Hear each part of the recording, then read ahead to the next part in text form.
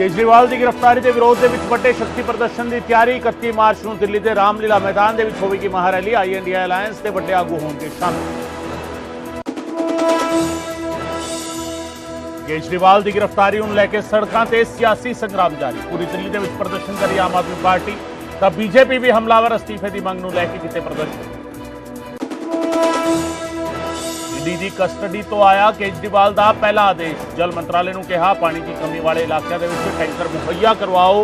मुख्य सकत्तर सने होर अधिकारियों को उचित आदेश दो। मेरे जेल विच होने करके किसी को भी ना होवे परेशानी। साबका air chief marshal Rakesh Kumar Singh Bhadauria BJP दे विच शामिल। अनुराग ठाकुर ने पार्टी दे विच कीता स्वागत। देश दे विच राफेल जैट लाण दे विच निभाई सी अहम भूमिका। शराब कांड दे विच 2 होर मुलजम गिरफ्तार। हुण तक 2 मास्टरमाइंड सने 10 मुलजम किए गए काबू। पुलिस का दावा जहरीलियां शराब दियां सारियां 17 पेटियां हो चुकियां ने बरामद। संगरूर शराब कांड के पीड़ित परिवारों को मिले सीएम भगवंत मान। बोले मौतां नहीं कतल ने, जहर वेचण वालियां नूं बख्शांगे नहीं। पंजाब बीजेपी के प्रधान सुनील जाखड़ ने भी संगरूर के जहरीली शराब कांड के पीड़ित परिवारों को की मुलाकात। सरकार ते जम के बोलिया हमला। कहा शराब कांड सरकार की बड़ी नाकामी। शराब कांड के सरकार का वड्डा एक्शन। 3 एक्साइज इंस्पैक्टर किए गए सस्पेंड। सुनाम पातड़ा गड़बा सर्कल के अधिकारियों से की कार्रवाई। 2 पुलिस चौकियां के इंचार्ज भी मुअत्तल। संगरूर शराब कांड तो बाद पंजाब पुलिस ने ਵਧਾਈ मुस्तैदी। एक्साइज विभाग के नाल कई इलाकों में मारी रेड। जलंधर के मैतपुर के पड़ियां शराब दियां चालू भट्टियां। तो गुरदासपुर के कच्ची शराब सने 12 काबू। अंतरराष्ट्रीय ड्रग ते हथियार तस्करी गैंग का पर्दाफाश। जलंधर पुलिस ने 4 मुलजमां नूं कीता गिरफ्तार। भारी गिणती के हथियार ते नशा बरामद। खालसे की धरती श्री आनंदपुर साहिब विच होले मोहल्ले का आगाज। सीस नवाण के लिए वड्डी गिणती संगत पहुंची। खालसे की जन्मभूमि परसों निहंग सिंह जाणगे महल।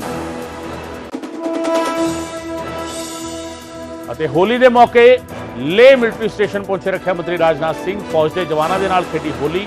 गुलाल लगा के दित्तियां बधाइयां।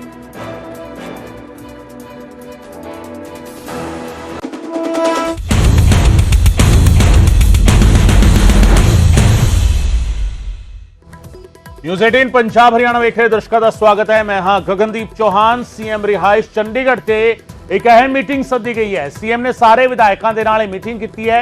मीटिंग के विच स्पीकर सने सारे विधायक मौजूद रहे ने। पूरी पार्टी केजरीवाल के नाल चट्टान वांग खड़ी है। सीएम ने कहा है केंद्र नूं तानाशाही का जवाब मिलेगा। जनता केंद्र नूं लोक सभा चोणां दे विच जवाब देवेगी। 31 मार्च की रैली नूं लैके भी इस मीटिंग के विच चर्चा की गई है। मुख्यमंत्री की अगवाई के विच सारे विधायकों की मीटिंग और स्पीकर कुलतार सिंह संधवा भी इस मीटिंग के मौजूद रहे ने। स्पीकर सने सारे विधायक इस मीटिंग के मौजूद रहे और इस मीटिंग के एक सुर के तय किया गया। और पहला भी यह बयान लगातार दिता जाता रहा कि पूरी पार्टी अरविंद केजरीवाल के नाल चट्टान वांग खड़ी है। रैली नूं लैके भी जिहड़ी 31 मार्च की रैली रखी गई है दिल्ली के उस नूं लैके भी चर्चा की गई है। इस मीटिंग के मुख्यमंत्री ने रिहाइश से अपनी रिहाइश से सारे विधायकों को सद्या सी। 31 मार्च की रैली को लैके भी चर्चा की गई है। इस दौरान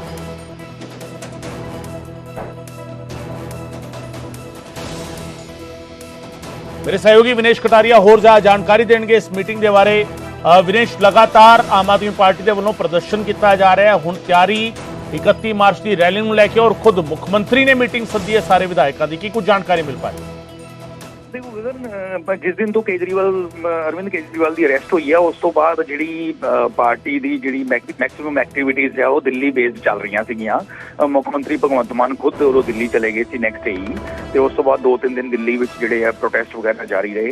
तो उस संबंधी अगे की जी की रणनीति होएगी उस नूं लैके अज जी पंजाब के मुख्यमंत्री है भगवंत मान उन्होंने एक मीटिंग सद्दी सी। जिस तरह आप जानते हैं कि भगवंत मान जो पंजाब आम आदमी पार्टी यूनिट के अध्यक्ष भी है। तो इसलिए उन्होंने वालों एक मीटिंग सद्दी गई थी जिस विच सारे विधायक हाजिर सी। ते प्रिंसीपल बुद्धराम जिहड़े कि कार्यकारी अध्यक्ष है, तो speaker Kultar Sandhwan, deputy speaker रोड़ी ਤੇ ਬਾਕੀ ਜਿਹੜੇ ਸਾਰੇ ਐਮਐਲਏਜ਼ ਆ ਉਹ ਇੱਥੇ ਪ੍ਰੈਜ਼ੈਂਟ ਸੀਗੇ। ਸੀਐਮ ਰਿਹਾਇਸ਼ ਤੇ ਹੁਣ ਤੋਂ ਥੋੜੀ ਦੇਰ ਪਹਿਲਾਂ ਮੀਟਿੰਗ ਹੋਈ ਸੀਗੀ ਤੇ ਉਸ ਮੀਟਿੰਗ ਦਾ ਜਿਹੜਾ ਮੁੱਖ ਮੰਤਵ ਸੀ, ਮੁੱਖ ਏਜੰਡਾ ਸੀਗਾ ਕਿ ਉਹ ਜਿਹੜੀਆਂ 31 ਤਰੀਕ ਦੀ ਰੈਲੀ ਹੈ, 31 ਮਾਰਚ ਦੀ ਜਿਹੜੀ ਕਿ ਇੰਡੀਆ ਅਲਾਇੰਸ ਵੱਲੋਂ ਇੱਕ ਰੈਲੀ ਕੀਤੀ ਜਾ ਰਹੀ ਹੈ ਰਾਮਲੀਲਾ ਮੈਦਾਨ ਦਿੱਲੀ ਵਿੱਚ, ਉਸ ਦੀਆਂ ਤਿਆਰੀਆਂ ਸੰਬੰਧੀ ਚਰਚਾ ਕੀਤੀ ਗਈ ਤੇ ਨਾਲ ਹੀ ਕਿ ਅੱਗੇ ਦੀ ਕੀ ਸਟ੍ਰੈਟਜੀ ਹੋਏਗੀ। ਕਿਉਂਕਿ ਕੋਡ ਲੱਗਿਆ ਹੋਇਆ ਗਗਨ ਤੇ ਪਾਰਟੀ ਵੱਲੋਂ ਸੁਭਾਵਿਕ ਹੈ ਆਪਦਾ ਪ੍ਰਚਾਰ ਵੀ ਕੀਤਾ ਜਾਏਗਾ ਤੇ ਪਲੱਸ ਆਮ ਆਦਮੀ ਪਾਰਟੀ ਲਈ ਇਹ ਹੈ ਕਿ ਉਹਨਾਂ ਦੇ ਜਿਹੜੇ ਕਨਵੀਨਰ ਹੈ ਅਰਵਿੰਦ ਕੇਜਰੀਵਾਲ ਉਹਨਾਂ ਨੂੰ ਈਡੀ ਨੇ ਅਰੈਸਟ ਕੀਤਾ ਹੋਇਆ ਤੇ ਇਸ ਕਰਕੇ ਸਾਰੀ ਜਿਹੜੀ ਇੱਕ ਪਲੈਨਿੰਗ ਤੇ ਸਟ੍ਰੈਟਜੀ ਸੰਬੰਧੀ ਇਸ ਸੰਬੰਧੀ ਸਪੈਸ਼ਲ ਗੱਲਬਾਤ ਕੀਤੀ ਗਈ ਤੇ ਅੱਗੇ ਜਿਹੜੇ ਕਿਵੇਂ ਰੋਡ ਮੈਪ ਰਹੇਗਾ ਪਾਰਟੀ ਦਾ, ਭਾਵੇਂ ਚੋਣਾਂ ਹੋਣ ਤੇ ਭਾਵੇਂ ਜਿਹੜੀ ਅਰਵਿੰਦ ਕੇਜਰੀਵਾਲ ਦੀ ਅਰੈਸਟ ਹੋਈ ਆ ਉਸ ਨੂੰ ਲੈ ਕੇ ਕੀ ਸਟ੍ਰੈਟਜੀ ਹੋਏਗੀ, ਉਸ ਸੰਬੰਧੀ ਚਰਚਾ ਕੀਤੀ ਗਈ, ਜਿਸ ਵਿੱਚ ਕਿਹਾ ਗਿਆ ਕਿ ਜਿਹੜੀ ਸਾਰੀ ਪਾਰਟੀ ਹੈ, ਭਾਵੇਂ ਦਿੱਲੀ ਯੂਨਿਟ ਹੈ, ਭਾਵੇਂ ਪੰਜਾਬ ਯੂਨਿਟ ਹੈ, ਭਾਵੇਂ ਹੋਰ ਵੀ ਜਿਹੜੇ ਹੈ ਉਹ ਸਾਰੀ ਪਾਰਟੀ ਅਰਵਿੰਦ ਕੇਜਰੀਵਾਲ ਦੇ ਨਾਲ ਬਿਲਕੁਲ ਚੱਟਾਨ ਦੀ ਤਰ੍ਹਾਂ ਖੜੀ ਹੈ ਤੇ ਲੋਕ ਸਭਾ ਚੋਣਾਂ ਵਿੱਚ ਉਹਨਾਂ ਨੇ ਕਿਹਾ ਕਿ ਜਿਹੜੇ ਲੋਕ ਹੈ ਉਹ ਜ਼ਰੂਰ ਜਿਹੜਾ ਹੈ ਇਹ ਆਪਦਾ ਮੈਸੇਜ ਕਲੀਅਰ ਕਰਨਗੇ, ਜ਼ਰੂਰ ਜਿਹੜਾ ਹੈ ਵਿਰੋਧੀਆਂ ਨੂੰ ਉਹ ਸਬਕ ਸਿਖਾਉਣਗੇ ਤੇ ਪਲੱਸ ਜਿਹੜੀ 31 ਮਾਰਚ ਦੀ ਰੈਲੀ ਹੋਣ ਜਾ ਰਹੀ ਹੈ ਉਸ ਨੂੰ ਲੈ ਕੇ ਵੀ ਵਿਸਤਾਰ ਨਾਲ ਚਰਚਾ ਹੋਈ।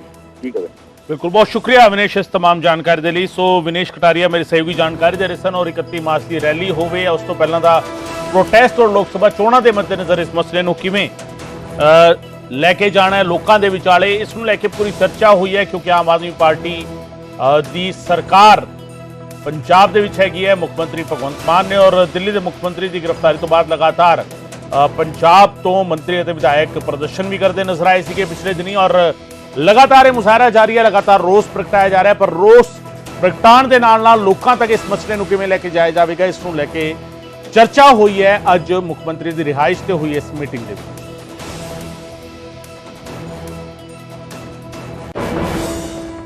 सो लगातार असीं गल कर रहे हैं कि केजरीवाल की गिरफ्तारी के विरोध के वड्डे शक्ति प्रदर्शन की तैयारी है। 31 मार्च को दिल्ली के रामलीला मैदान के महारैली होगी। INDI अलायंस के ਵੱਡੇ ਆਗੂ ਇਸ ਦੇ ਵਿੱਚ शामिल होंगे। आम आदमी पार्टी और कांग्रेस के आगुआ ने इस गल का ऐलान किया है। लोकतंत्र ते हमला हो रहा है, कांग्रेस ने कहा है किसी पार्टी नहीं देश का मुद्दा कांग्रेस कह रही है। देश चों विरोधी धिर नूं खत्म करने की कोशिश की जा रही है, लोकतंत्र नूं खत्म करने की साजिश घड़ी जा रही है, आम आदमी पार्टी ने कहा।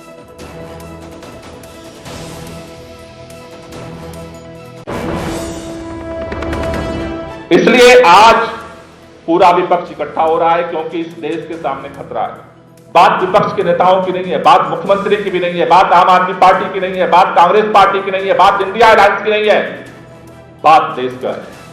अगर आज यह देश चुप रहा तो चुनाव के बाद अगर मुख्यमंत्री सरेआम गिरफ्तार हो सकता है तो इस देश के अंदर कौन अपनी आवाज उठा सकता है। अगर इतनी पुरानी पार्टी का खाता सील हो सकता है, हर व्यापारी जो इनको चंदा नहीं देगा जबरदस्ती उसका खाता सील होगा, हर देश का नागरिक का खाता सील करेंगे, जो बोलने की जरूरत करेगा जेल के अंदर बंद किया जाएगा। इस देश के अंदर न तो कोई आंदोलन की गुंजाइश होगी न बोलने की गुंजाइश होगी। इसलिए इस तानाशाही के खिलाफ दिल्ली के अंदर जिस तरह से इन्होंने पुलिस छावनी बनाई है, इस लड़ाई को और तेज करने के लिए और व्यापक बनाने के लिए हम लोगों ने यह निर्णय लिया है कि 31 तारीख को रविवार के दिन 10 बजे पूरी दिल्ली रामलीला मैदान में इकट्ठा होगी। महारैली इंडिया गठबंधन मिलकर के महारैली 31 तारीख को 10 बजे रामलीला मैदान चलो का नारा गूंजेगा दिल्ली के अंदर।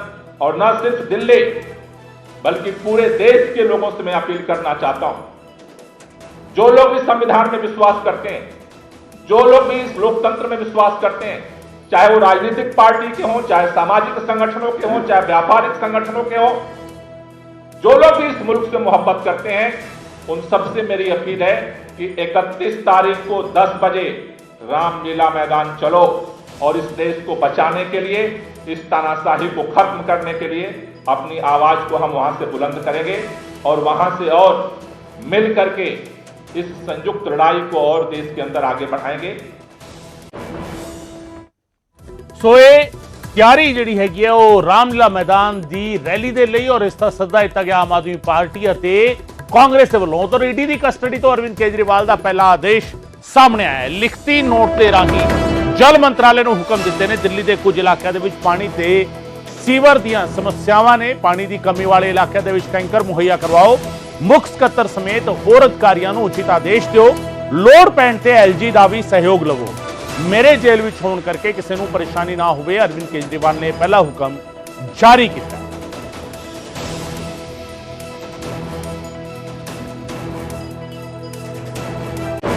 अरविंद केजरीवाल जी ने बतौर जल मंत्री मुझे अपनी ईडी कस्टडी से निर्देश भेजे हैं, जो मैं आप लोगों को पढ़ के सुना रही हूँ। अरविंद केजरीवाल जी ने लिखा है कि मुझे पता चला है कि दिल्ली के कुछ इलाकों में पानी और सीवर की काफ़ी समस्याएं हो रही हैं। इसे लेकर मैं चिंतित हूँ। चूँकि मैं जेल में हूँ, इस वजह से लोगों को ज़रा भी तकलीफ़ नहीं होनी चाहिए। गर्मियाँ भी आ रही हैं। जहाँ पानी की कमी है वहाँ उचित संख्या में टैंकरों का इंतज़ाम कीजिए। मुख्य सचिव समेत अन्य अधिकारियों को उचित आदेश दीजिए ताकि जनता को किसी तरह की परेशानी ना हो। जनता की समस्याओं का तुरंत और समुचित समाधान होना चाहिए। ज़रूरत पड़ने पर उपराज्यपाल महोदय का भी सहयोग लें, वे भी आपकी ज़रूर मदद करेंगे। अरविंद केजरीवाल। आज भी गिरफ्तार होने के बाद भी अरविंद केजरीवाल जी सिर्फ दिल्ली वालों के बारे में सोच रहे हैं, दिल्ली वालों के कामों के बारे में सोच रहे हैं। और आज मैं अरविंद केजरीवाल जी की तरफ से आपको ये आश्वस्त करती हूँ कि दिल्ली के मुख्यमंत्री अरविंद केजरीवाल भी आज भी दिल्ली की पूरी व्यवस्था को निगरानी में रख रहे हैं और दिल्ली वालों की देखरेख कर रहे हैं। कितने शर्म की बात है, झूठे बेईमान मक्कार लोग किस हद तक गिर चुके हैं। पहली बात मैं बताना चाहता हूं दिल्ली के लोगों को, ये केवल और केवल सहानुभूति लेने के लिए कर रहे हैं। जब इनके पास कुर्सी थी मुख्यमंत्री की, तब तो इन्होंने पानी और सीवरेज की चिंता न की, तब तो लोगों को शराब बांट रहे थे, एक के साथ एक बोतल फ्री में दे रहे थे। और दूसरी बात, अरविंद केजरीवाल जी ईडी की गिरफ्त में हैं, वहां परिंदा पर नहीं मारता। बताइए अरविंद केजरीवाल जी को कैसे पता चला? जो कह रहे मुझे पता चल गया, पानी की सीवरेज की प्रॉब्लम आ रही है, मुझे पता चल रहा है। भाई कौन बता रहा है आपको? बताइए कौन आपको आके फोन करके बता रहा है? कौन सा नंबर है जिस पे आपको फोन आने शुरू हो गए? और तीसरी बात, ये जो चिट भेजने का काम होता है ना, यहाँ जेलों में से क्रिमिनल ऐसा काम करते हैं, यहाँ जो नकल मारने वाले बच्चे होते हैं वो ऐसा काम करते हैं। और अरविंद केजरीवाल जी पे दोनों ही बातें ये लगती हैं, वो क्रिमिनल माइंडेड भी हैं और नकलची भी हैं। और हैरानगी इस बात की है, जो वीडियो डाल के कहा करते थे कि पियोन की नौकरी कोई नहीं छोड़ता, मैंने तो मुख्यमंत्री का पद छोड़ दिया जो 2014 में ये दवाई देते थे, आज उस पद के साथ इतना चिपक के बैठ गए हैं, बोलते हैं मुझे तो जेल से ऑर्डर करूंगा। उधर केजरीवाल की गिरफ्तारी ਨੂੰ ਲੈ ਕੇ ਸੜਕਾਂ ਤੇ ਸਿਆਸੀ ਸੰਗਰਾਮ ਜਾਰੀ ਹੈ। ਆਮ ਆਦਮੀ ਪਾਰਟੀ ਦਾ ਮੁੜ ਹੱਲਾ ਬੋਲ ਸਾਹਮਣੇ ਆਇਆ। ਪੂਰੀ ਦਿੱਲੀ ਦੇ ਵਿੱਚ ਪ੍ਰਦਰਸ਼ਨ ਕਰੀ ਆਮ ਆਦਮੀ ਪਾਰਟੀ। ਕੇਜਰੀਵਾਲ ਨੂੰ ਫਰਜ਼ੀ ਕੇਸ ਦੇ ਵਿੱਚ ਗ੍ਰਿਫਤਾਰ ਕਰਨ ਦਾ ਇਲਜ਼ਾਮ ਲਗਾਇਆ ਹੈ ਤੇ ਦੂਜੇ ਪਾਸੇ ਬੀਜੇਪੀ ਦੇ ਵੱਲੋਂ ਦਿੱਲੀ ਵਿੱਚ ਪ੍ਰਦਰਸ਼ਨ ਕੀਤਾ ਜਾ ਰਿਹਾ ਹੈ। ਕੇਜਰੀਵਾਲ ਅਸਤੀਫਾ ਦੇਣ ਇਸ ਮੰਗ ਨੂੰ ਲੈ ਕੇ ਬੀਜੇਪੀ ਦਿੱਲੀ ਦੇ ਵਿੱਚ ਪ੍ਰਦਰਸ਼ਨ ਕਰ ਰਹੀ ਹੈ।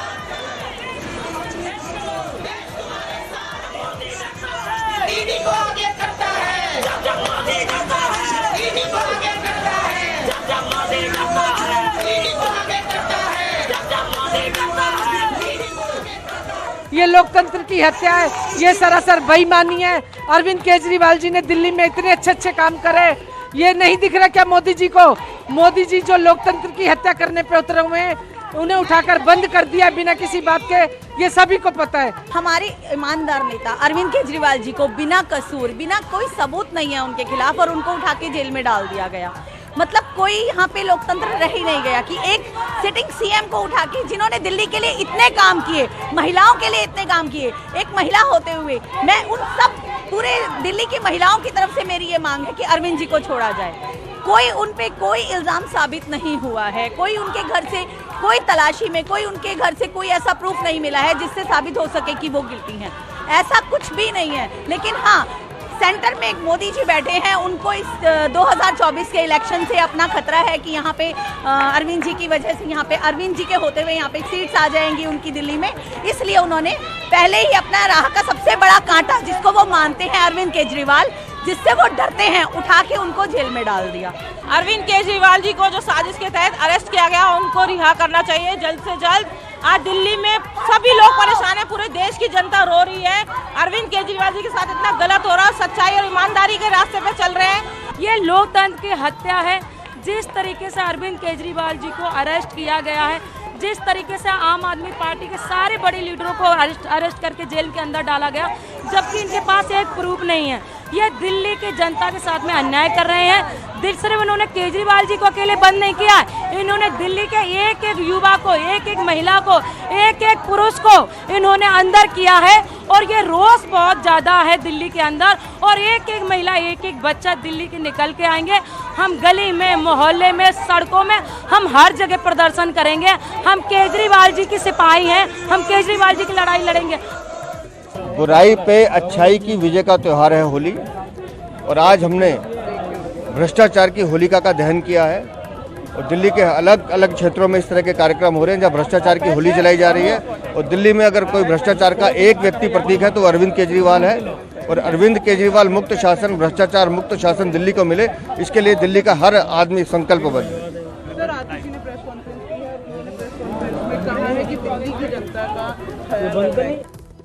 अरविंद केजरीवाल ने दिल्ली की जनता का नहीं, अपने परिवार का और अपनी जेब का ध्यान रखा है, इसलिए वो भ्रष्टाचार में लिप्त है, इसलिए वो हिरासत में, इसलिए उनके मंत्री जेल में, उनके सांसद जेल में।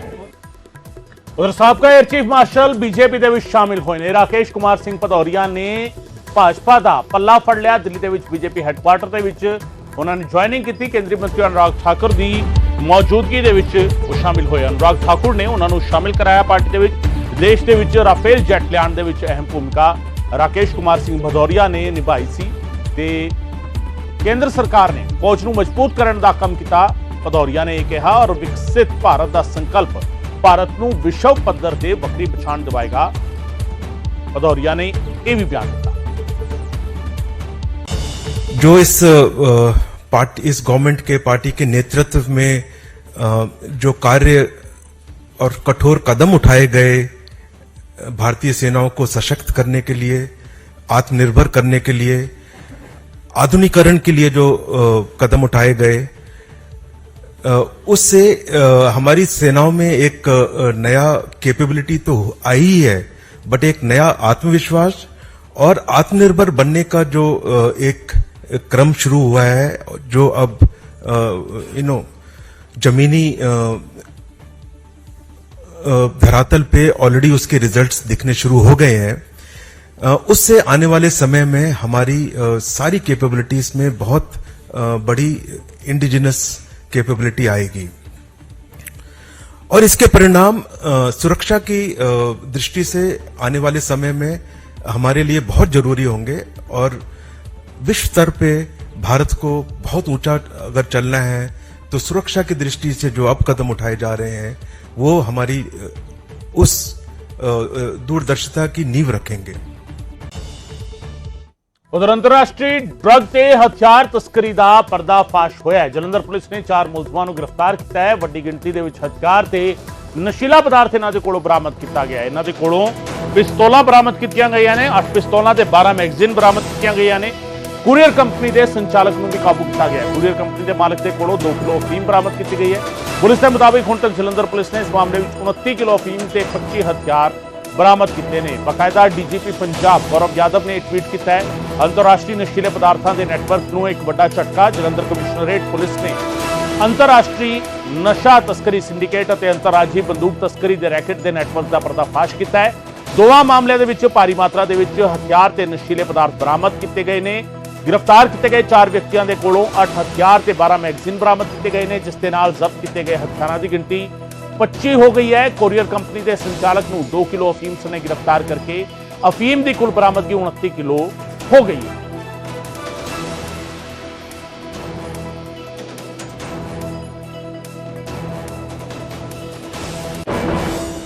दिल्ली के मुखर्जी नगर के दिल दहला देने वाली वारदात हुई है। दिन दहाड़े नौजवान ने एक कुड़ी ते ਚਾਕੂ ਦੇ ਨਾਲ ਹਮਲਾ ਕਰ ਦਿੱਤਾ। ਕੁੜੀ ਦੇ ਵੱਲੋਂ ਮਜ਼ਾਕ ਉਡਾਉਣ ਤੇ ਚਾਕੂ ਦੇ ਨਾਲ ਵਾਰ ਕੀਤਾ ਗਿਆ ਔਰ ਸਬਜ਼ੀ ਦੀ ਦੁਕਾਨ ਤੋਂ ਚਾਕੂ ਚੁੱਕ ਕੇ ਕੁੜੀ ਤੇ ਹਮਲਾ ਕੀਤਾ ਗਿਆ ਹੈ। ਫਿਲਹਾਲ ਕੁੜੀ ਦੀ ਹਾਲਤ ਖਤਰੇ ਤੋਂ ਬਾਹਰ ਦੱਸੀ ਜਾ ਰਹੀ ਹੈ। ਵਾਰਦਾਤ ਦੀ ਸੀਸੀਟੀਵੀ ਫੁਟੇਜ ਸਾਹਮਣੇ ਆਈ ਹੈ। ਪੁਲਿਸ ਨੇ ਮੁਲਜ਼ਮ ਨੂੰ ਗ੍ਰਿਫਤਾਰ ਕੀਤਾ ਹੈ। ਇਹ ਤਸਵੀਰਾਂ ਸਾਹਮਣੇ ਆਈਆਂ ਨੇ, ਸੀਸੀਟੀਵੀ ਫੁਟੇਜ ਹੈ। ਚਾਕੂ ਦੇ ਨਾਲ ਵਾਰ ਕੀਤਾ ਗਿਆ ਕੁੜੀ ਦੇ ਉੱਤੇ।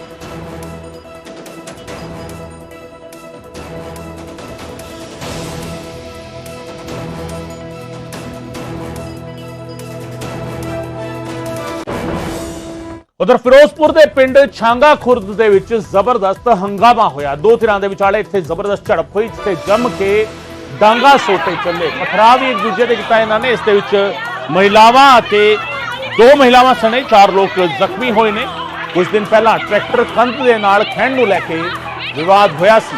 ਪੁਲਿਸ ਦੇ ਕੋਲ ਵੀ ਇਹ ਪੂਰਾ ਮਾਮਲਾ ਪਹੁੰਚਿਆ ਸੀ, ਪਰ ਅੱਜ ਇਹ ਵਿਵਾਦ, ਇਹ ਝਗੜਾ ਪਿੰਡ ਦੇ ਵਿੱਚ ਹੀ ਹੋ ਗਿਆ। ਸਾਡੀ ਕੰਧ ਉਹਨਾਂ ਦੀ ਟਰਾਲੀ ਟਕਰਾਈ ਸੀ ਜੀ, ਉਹਦੇ ਕਰਕੇ ਮਾੜਾ ਮੋਟਾ ਰੋਲਾ ਰੁਪਾ ਆਇਆ ਤੇ ਚੁੱਪ ਹੋ ਗਈ। ਉਸ ਤੋਂ ਬਾਅਦ ਜੀ ਮੇਰਾ ਬੱਚਾ ਬਿਮਾਰ ਸੀ, ਬੁਖਾਰ ਬਹੁਤ ਜ਼ਿਆਦਾ ਸੀ।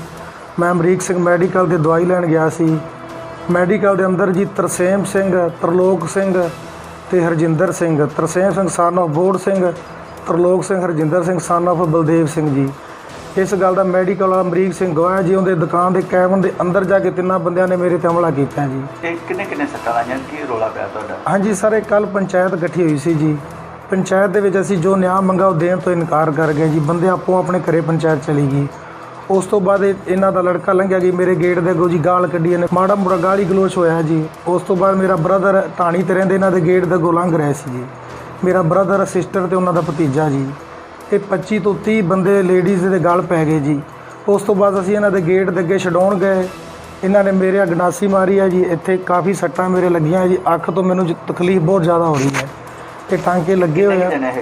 ਇਹ ਲਗਭਗ ਸਰ 20-25 ਜਣੇ ਸੀਗੇ, ਜਨਾਨੀਆਂ ਬੰਦੇ। ਉਹਨਾਂ ਦਾ ਕਹਿਣਾ ਸਾਡੇ ਤੇ ਇੱਟਾਂ ਸੁੱਟੇ, ਤੁਹਾਡੇ ਵੱਲੋਂ ਸੁੱਟੇ ਗਏ ਨੇ, ਹੈ ਕੋਈ ਇਸ ਤਰ੍ਹਾਂ ਦੀ ਗੱਲ? ਨਹੀਂ ਸਰ, ਕੋਈ ਨਹੀਂ ਜੀ, ਕੋਈ ਐਸੋ ਚੱਕਰ ਨਹੀਂ। ਇੱਟਾਂ ਰੋੜੇ ਆਪ ਖਿਲਾਰੇ ਆ ਉਹਨਾਂ। ਮੇਰੇ ਗੰਡਾਸੀ ਮਾਰੀ ਆ ਤਰਲੋਕ ਸਿੰਘ ਨੇ ਜੀ, ਤੇ ਮੇਰੀ ਭੈਣ ਦੇ ਗਾਲੀ ਗਲੋਚ ਕਰਕੇ ਪਹਿਲਾਂ ਉਹਨਾਂ ਦੇ ਗਲ ਪੈ ਚੱਲੇ ਸੀ 25 ਦੀ। ਅਸੀਂ ਤਾਂ ਛਡਾਉਣ ਗਏ ਉਹਨਾਂ ਨੂੰ, ਘਰੇ ਉਹਨਾਂ ਦੇ ਹਮਲਾ ਕਰਨ ਨਹੀਂ ਗਏ, ਅਸੀਂ ਤਾਂ ਛਡਾਉਣ ਗਏ ਗੇਟ ਦੇ ਅੱਗੇ ਉਹਨਾਂ ਨੂੰ।